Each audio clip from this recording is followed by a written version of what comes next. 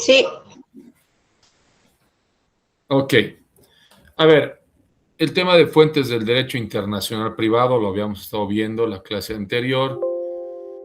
Habíamos dado un pequeño inicio, ¿no?, del tema.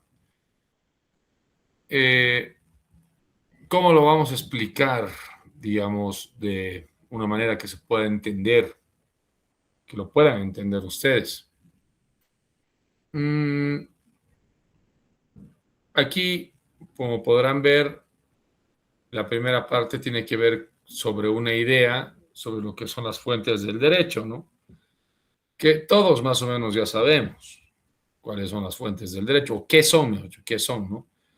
Podríamos decir que son fenómenos jurídicos, de donde emana el derecho, ¿no?, de donde proviene el derecho, pero que a la vez permiten crear y un lenguaje común dentro de una disciplina jurídica, ¿no?, dentro del derecho internacional privado, en este caso. Y por lo tanto, hablar de fuentes jurídicas en el derecho internacional privado prácticamente significa identificar las normas, los usos, principios que fundamentan las decisiones dentro del derecho internacional privado, como por ejemplo aquellas decisiones que permiten solucionar casos donde existe un elemento extranjero, ¿no? Ya hemos ido viendo en la práctica que hicimos, ustedes tenían que identificar los elementos extranjeros del caso que ahí se presentó, ¿no? Entonces, hay una cuestión importante en el derecho internacional privado, que en esta materia, las fuentes de donde provienen las normas del derecho internacional privado son nacionales, pero a la vez internacionales también, ¿no? O sea, dentro del derecho internacional vamos a encontrar fuentes de nuestra materia, pero también dentro de la legislación interna de cada país. Entonces, el derecho internacional privado, ¿no?, básicamente trabaja con determinados tipos de normas, ¿no? Como verán acá, hay tres tipos de normas en su categorización o tipología, si vale el término: las normas directas, las indirectas y las materiales, ¿no? El derecho internacional privado trabaja con normas directas, indirectas y normas materiales. Las directas, las normas directas, son las que resuelven el fondo del asunto, ¿no?, que son las que nos dicen qué debemos hacer, qué no debemos hacer, qué está prohibido, qué está permitido, qué es obligatorio. Esas son las normas típicas, ¿no?, que se encuentran en cualquier área del derecho, ¿no? Las normas indirectas, sin embargo, son diferentes. No resuelven el fondo del asunto como las normas directas. Sin embargo, las normas indirectas orientan qué derecho debe aplicarse y funcionan como núcleo de la solución en casos en que se presentan conflictos de leyes o conflictos de jurisdicciones. A estas normas indirectas, que son las normas propias del derecho internacional privado, también se las denomina normas de conflicto. Ya habíamos explicado eso en la clase anterior, recordarán ustedes. Entonces, una norma de conflicto no es la que nos dice cómo se va a resolver el caso. No nos dice qué está prohibido, qué está permitido. No. Nos dice en qué casos la ley de un país se va a aplicar y en qué casos la ley de otro país se va a aplicar. Por eso se llama norma de conflicto, porque resuelve el conflicto de leyes, resuelve los casos en los que un juez no sabe si va a aplicar la ley de este país o la ley de este otro país, o si va a aplicar la ley nacional o la ley extranjera. ¿Ok? Por otro lado, las normas materiales a la vez pueden ser sustantivas o adjetivas, ¿no? Y básicamente las normas materiales son aquellas que se refieren a la materia en cuestión, ¿no? Es decir, a lo sustancial del caso. Entonces, comprender esta distinción de normas nos va a permitir ubicar con qué tipo de normas trabaja el derecho internacional privado. Entonces, las normas con las que trabaja el derecho internacional privado, vamos a anotar aquí, son las normas indirectas o de conflicto, ¿no? Por eso las vamos a poner en negrillas. Son las normas indirectas o de conflicto con las que trabaja, son las normas propias del derecho internacional privado. En el derecho internacional privado se produce un fenómeno que ha sido denominado el de armonización legislativa o armonización de las fuentes del derecho internacional privado. Y esto básicamente tiene que ver con el hecho de que en el mundo hay una diversidad, una pluralidad de estados y cada estado con su propio sistema jurídico, con su propio derecho, ¿no es cierto? Y con sus propias regulaciones respecto a similares fenómenos que se producen en uno y otro país. Por ejemplo, el matrimonio no es regulado de la misma manera en todos los países. En unos países, como en el caso de Bolivia, solo se permite el matrimonio entre varón y mujer. En otros países, aparte del matrimonio entre varón y mujer, hay el matrimonio entre personas del mismo sexo. En otros países hay un matrimonio poligámico, ¿no es cierto? Principalmente los países del Medio Oriente. Y en tal sentido, un mismo fenómeno puede ser regulado de distintas maneras en distintos países. Y hasta ahí no hay ningún problema. Pero ¿qué pasa si, por ejemplo, una pareja de bolivianos se van a otro país como en Argentina, donde es legal el matrimonio entre personas del mismo sexo, y contraen ese matrimonio allá y uno de ellos fallece? Y sin hijos, obviamente, ¿no? A menos que se les permita adoptar o qué sé yo. Ahí la cosa se complicaría muchísimo más. Pero imaginemos que no. Y esta pareja, uno de los, el cónyuge sobreviviente, quiere reclamar los bienes de su pareja que dejó en un país como en Bolivia, donde no se permite el matrimonio entre personas del mismo sexo. No es legal, ¿no es cierto? Ahí se genera un problema propio de la diversidad legislativa. El tema de la diversidad legislativa es un tema que tiene que ver con esto, con que cada país regula de distinta manera los mismos fenómenos sociales o similares fenómenos sociales, pero la regulación jurídica que hace cada país es diferente. Por lo tanto, ahí puede ocurrir un choque, ¿no? Entonces ahí debe entrar la armonización de los sistemas jurídicos de un país y de otro. Este es uno de los grandes temas que trata el derecho internacional privado. Esta armonización utiliza herramientas como la misma norma de conflicto de la que acabamos de hablar, u otras normas de coordinación o de cooperación, por ejemplo, judicial, entre jueces de un país y de otro país, para que, para que de alguna manera coordinen ambos sistemas jurídicos, el de un país con el de otro país, ¿a través de qué?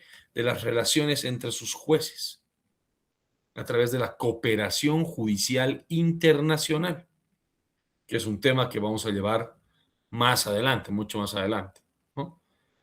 Entonces, a eso se refiere la necesidad de armonizar las fuentes del derecho internacional privado, y los jueces, en este caso, cuando conocen casos de derecho internacional privado, deben llevar a cabo esa tarea de armonización. Entonces, la armonización supone a la vez esto otro, la uniformización de las fuentes, ¿no? Esta uniformización intenta ir más allá de la armonización que hablamos hace un rato, porque busca crear normas comunes, claras y relativamente iguales entre los distintos estados. Una manera de uniformizar las mismas reglas del derecho internacional privado entre uno y otro país es a través de los tratados internacionales. Entonces, los tratados internacionales sobre derecho internacional privado cumplen esta función de uniformización de las fuentes. Su propósito es evitar los conflictos derivados del pluralismo jurídico, ¿no? Cuando hablamos de pluralismo jurídico, hablamos de que cada país tiene su propio derecho, ¿no? Sus propias reglas, sus propias normas. Y eso debe darse a través de reglas sustantivas o reglas procesales compartidas, ¿no? Los mecanismos por los cuales se puede uniformizar estas reglas, estas normas del derecho internacional privado, se dan muchas veces a través de organismos multilaterales, como la ONU, la UNCTAD, el CENUDMI, la OMC, las conferencias de la Haya, el CIDIP, la OEA, que más adelante vamos a ir viendo cuáles son estos organismos, ¿no? Entonces, obvio que conocen la ONU, ¿no?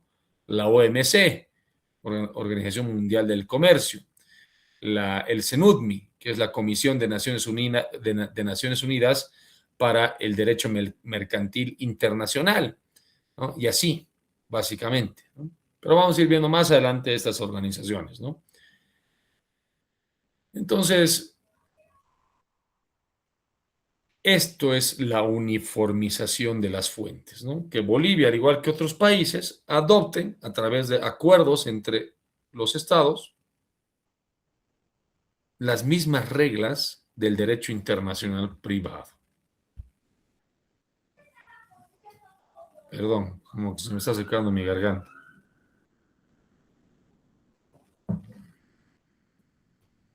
A ver, quería preguntarles antes de seguir. Han ido por la facultad, hoy día yo no pude pasar, pero creo que en vano no ha sido que nos han mandado a clases virtuales, ¿no? Porque creo que no había tanto bloqueo, o sí, a ver, infórmenme, por favor, o infórmennos.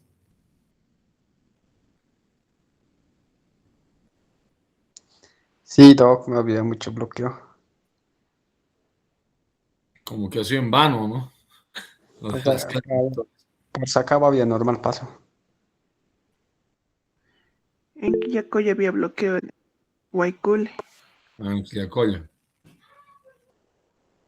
Mireya levantó la mano.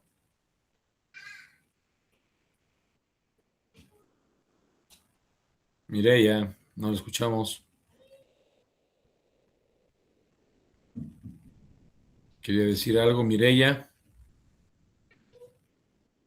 Bueno, debe tener problemas de audio, ¿no? ¿Alguien más que quería comentar algo sobre ese punto? Para que continuemos.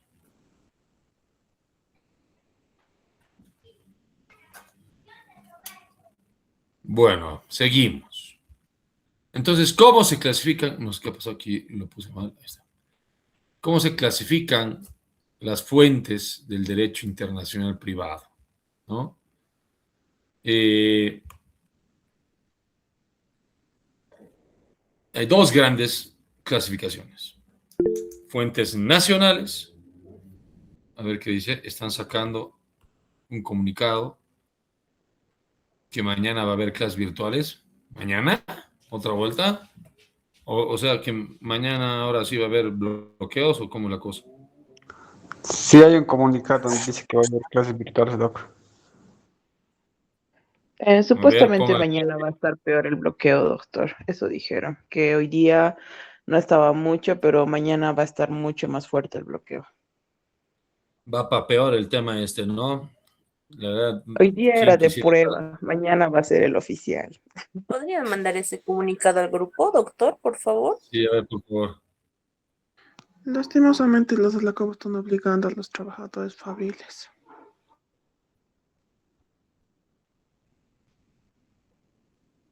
Bueno, pues que también pónganse a pensar. Yo, por un lado, yo le doy parte de razón a un lado y parte de razón al otro lado. Yo no soy de los que piensa de manera cerrada y yo no pienso que solo unos tienen la razón y otros están equivocados. Lo que pasa, a ver, pónganse a pensar, a ver, un presidente, sin ánimo de politizar la clase, ¿no? Solamente un pequeño comentario. Un presidente que llega al poder con un discurso, con unas promesas de campaña, y al día siguiente, después de su posesión, hace todo lo contrario a lo que había prometido, ¿no? Había prometido no quitar la subvención a la gasolina, lo hizo. Había prometido no sacarse préstamos del FMI y es una de las primeras cosas que ha hecho. Y así varias otras cosas, ¿no? Había prometido también avanzar en temas de derechos laborales, ¿no? ¿Y qué hace? Niega el incremento salarial.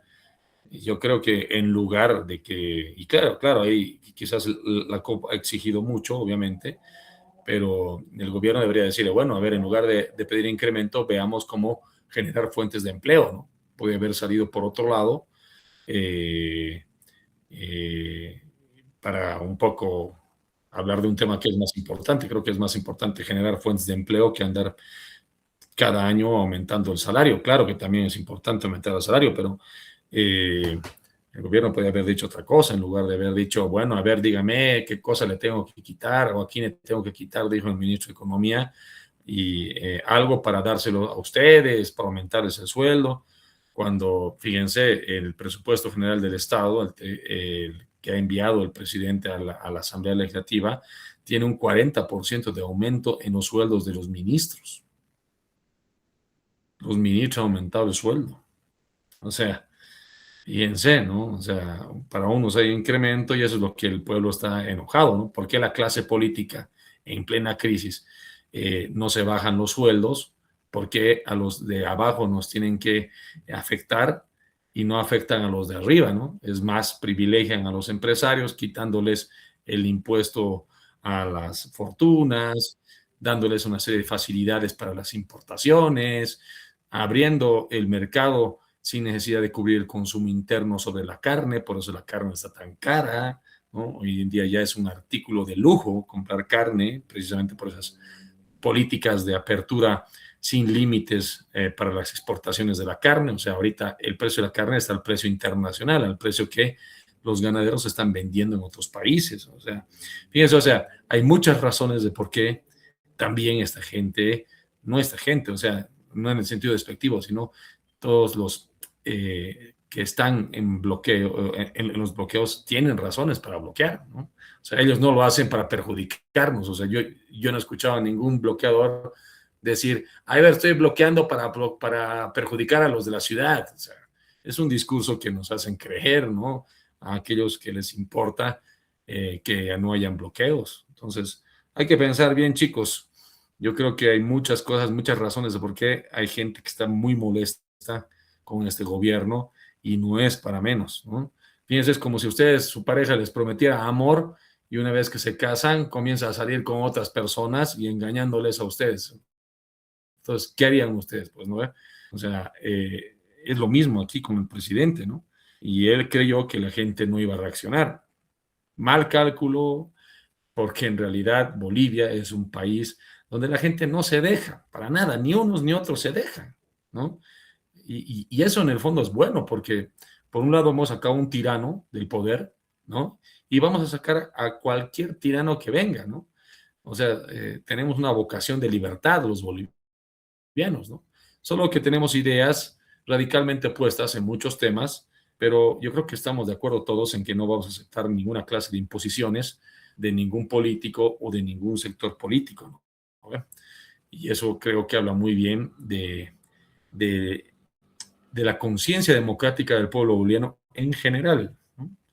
Entonces no hay que, creo yo, aminorar las protestas y todo eso. Quizás algunos excesos, obviamente, hay excesos que se dan y que no deberían ocurrir, ¿no? Por ejemplo, deberían permitir que pasen las ambulancias o algunos alimentos que se requieren para las ciudades o abrir temporalmente por horas, por ciertas horas, los bloqueos, ¿no? De alguna manera racionalizar el bloqueo, ¿qué se podría hacer, ¿no? Y esto es algo que también deberían considerar los bloqueadores. O sea, no les doy la razón del todo en todo, pero creo que hay ciertas razones. Unos y otros tienen también sus razones. Bueno, ahí ya me he explayado, van a disculpar. ¿Dónde está el comunicado? A ver, ¿dónde han compartido? A ver, quisiera ver. ¿Está en el grupo? Comunicado. Dice, en atención al comunicado, tantos, y con el propósito de resguardar la seguridad y bienestar de nuestra comunidad facultativa, ante la amenaza de paro movilizado previsto para el 15 de mayo, la Facultad de Ciencias Jurídicas determina que las actividades se desarrollan bajo modalidad virtual. Bueno, eso es falso, dice, ojo, falso es este comunicado. Están diciendo ustedes falso. Caramba. Solo compartí para todos. A ver, voy a ver el grupo de los docentes.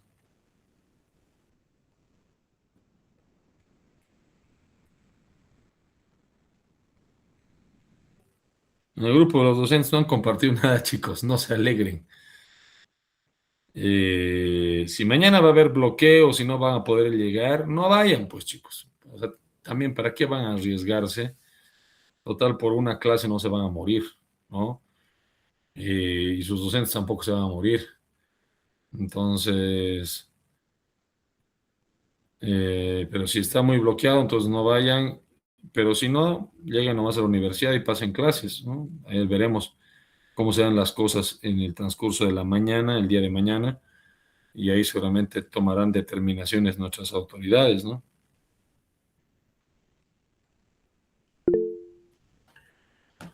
Están sacando, ¿qué cosa dicen más abajo? A ver.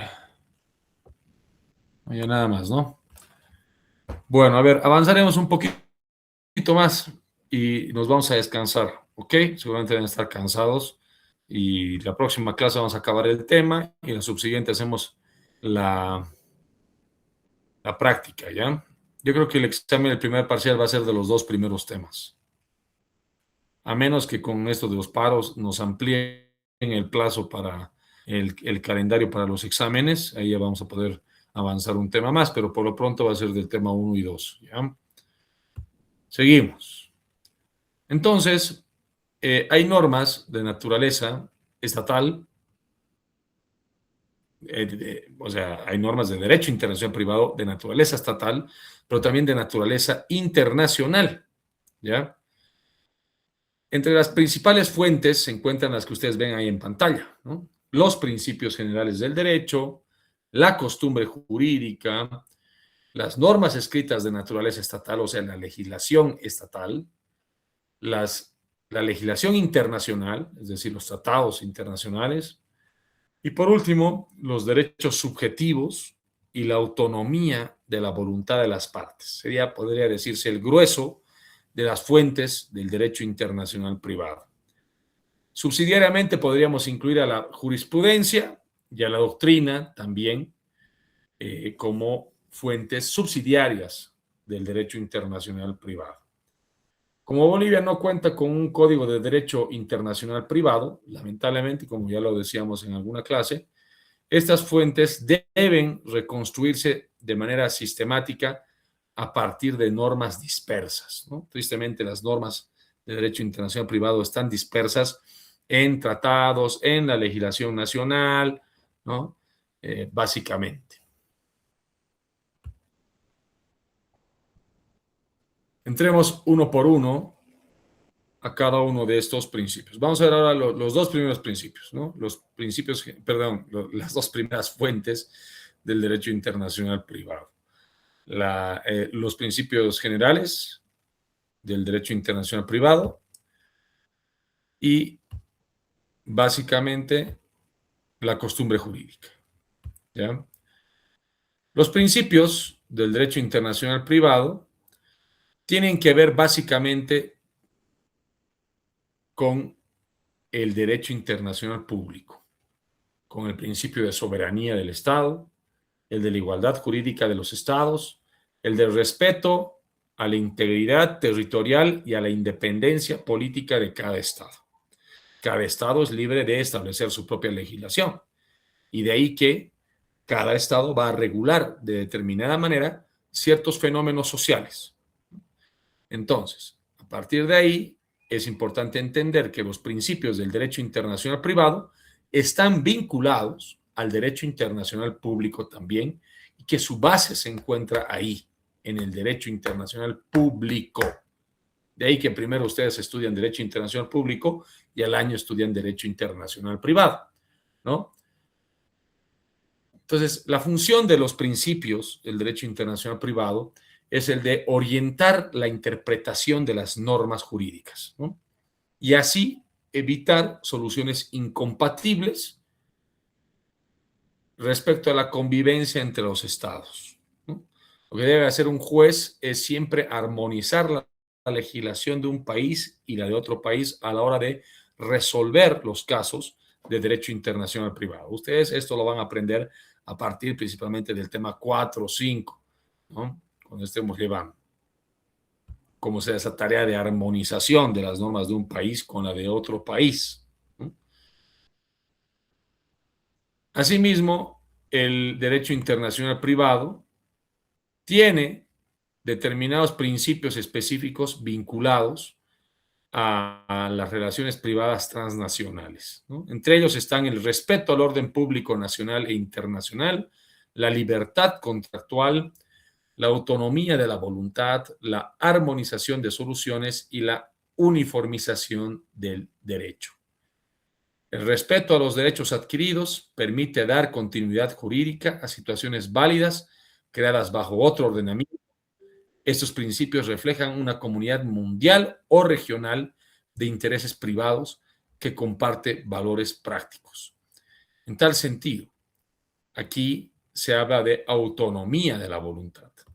El derecho internacional privado es respetuoso de esa autonomía. Es el principio básico del derecho privado, la autonomía de las partes, ¿no es cierto? Y por lo tanto, en un contrato, las partes hacen primar esa su voluntad y la incorporan en el contrato, que es el resultado del acuerdo entre ellas. ¿No es así?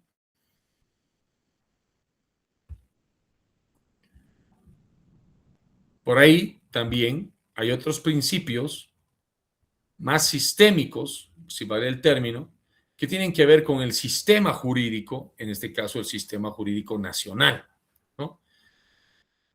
Y son los principios de jerarquía, de unidad y de coherencia normativa.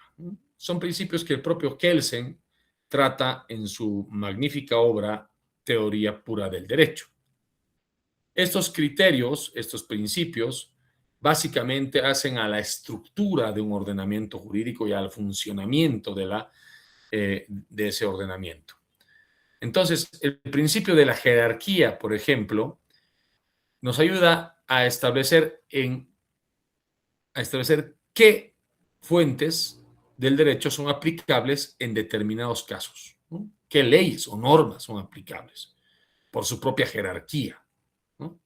El principio de unidad, básicamente, evita que el sistema jurídico se fragmente, ¿no?, en normas dispersas de aquí por allá, y que todas sean básicamente normas unidas en el marco de un mismo sistema jurídico, ¿no? Normas interconectadas en el marco de un mismo sistema jurídico.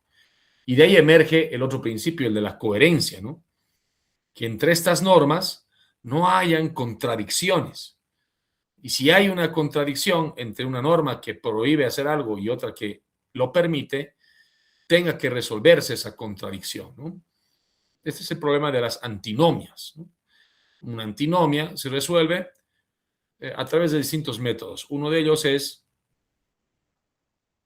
que la norma que es más coherente con una norma superior es la norma que debe aplicarse, ¿no? Entonces, y la norma que no es coherente con la norma superior, pues esa no se aplica, básicamente, ¿no? Es una de las formas de cómo resolver un problema de coherencia o de antinomia entre normas jurídicas, ¿no? Por eso puede haber entre las normas de nuestro sistema jurídico boliviano, ¿no? El 410 de la Constitución dice que la jerarquía normativa boliviana se establece por que la Constitución, la norma suprema, pero al mismo tiempo la Constitución incorpora los tratados de derechos humanos, ¿no?, en el bloque de constitucionalidad, al mismo nivel de la Constitución. Abajo vienen los otros tratados internacionales, más abajo vienen las leyes o códigos, ¿no? Más abajo vienen los decretos, reglamentos y así, ¿no? Entonces puede haber cierta incoherencia o contradicción entre todas estas normas, y lo que debe tener un sistema jurídico, tender un sistema jurídico es a una coherencia en sus propias normas, ¿no? Eso es en cuanto a los principios del derecho internacional privado. Bueno, hasta aquí preguntas. ¿Algún comentario? Si no se ha entendido algo.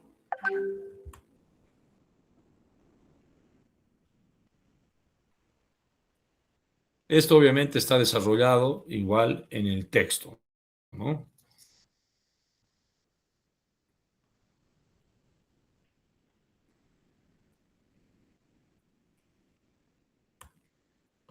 Bueno, ¿les parece si lo dejamos aquí? La verdad estoy con un dolor de cabeza, no sé por qué a veces sufro de migrañas, pero me ha venido insoportable, incluso antes de comenzar la clase, así que y estoy frente a una pantalla y eso es lo que menos debo hacer. Toda persona que sufre de migrañas no puede estar mirando algo luminoso, ¿no? Y la verdad es que ahorita ya no estoy con las ganas de continuar, ¿no? Porque de verdad ya me duele mucho la cabeza. Pero ahí lo podemos dejar, chicos. ¿Está bien? Sí, está bien. Está bien, doctor. Sí, doctor. Está bien, vaya doctor.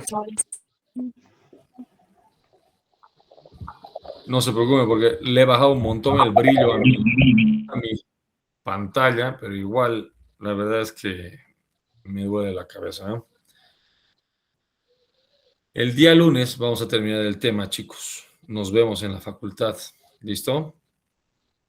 Está bien, doctor. Buen descanso. Doctor, hasta el lunes. Buenas noches, doctor. Hasta el lunes.